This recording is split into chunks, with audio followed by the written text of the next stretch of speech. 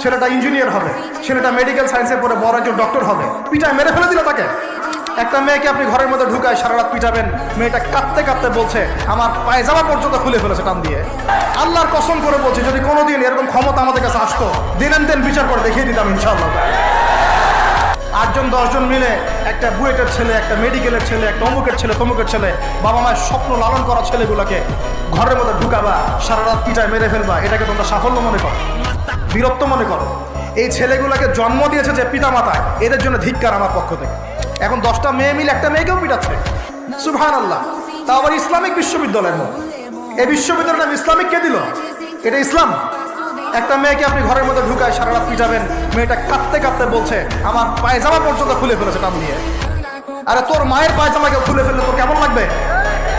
তোর বোনের পায়জামাকে খুলে ফেললে তোর কেমন লাগবে? কোন সাহসে তুই একটা মেয়ের পায়জামায় হাত দিস?